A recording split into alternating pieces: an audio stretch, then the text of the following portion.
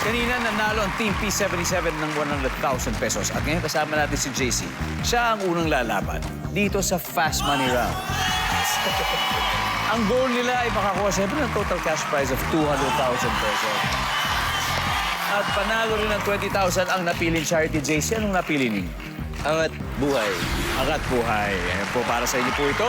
At habang si Audrey nasa waiting area, it's time for Fast Money. Give me 20 seconds on the clock, please.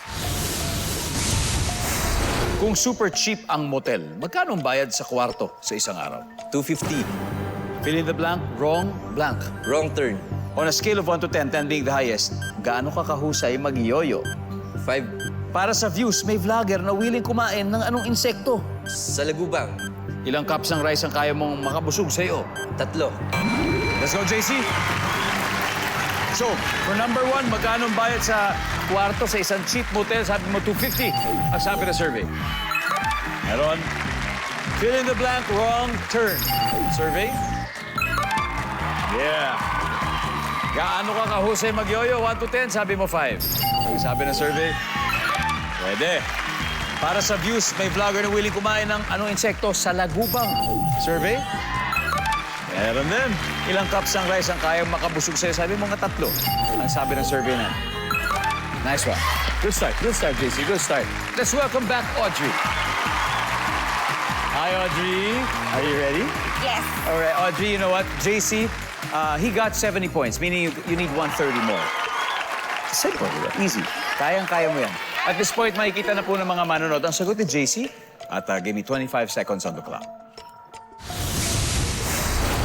Kung super cheap ang motel, magkano kaya ang bayad sa kwarto sa isang araw? Go. 200.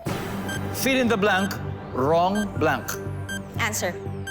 On a scale of 1 to 10, 10 being the highest, gaano ka kahusay mag-yoyo? 5. 7. Para sa views, may vlogger na willing kumain ng anong insekto? Sa lagubang? Centipede. Ilang cups ng rice ang kayang makabusog sa'yo? 2. Let's go, Audrey. So, ilang cups ng rice ang kayang makabusog sa'yo? Sabi mo 2. Ang sabi ng survey. Top answer. Para sa views, may vlogger na willing kumain ng anong insekto. Sabi mo, centipede. Wow. Survey. Wala. Ang top answer, ipis. Ipis. Basic lang, ipis. 41 points yun. Gaano ka kahusay mag-yoyo, sabi mo? 7. Ang sabi ng survey? Ayan. Ang top answer ay 8. Fill in the blank. Wrong, blank. Wrong answer. Pero ito, siguradong tamang answer to. Survey? Yan. Wrong turn ang top answer. Wrong turn. Finally, magkano ang bayad sa kwarto sa isang araw sa isang cheap motel? Sabi mo, 200 pesos ang sabi ng survey. Yan. 300 ang top answer. Anyway, congratulations. Kasi nanalo pa rin kayo ng 100,000 pesos.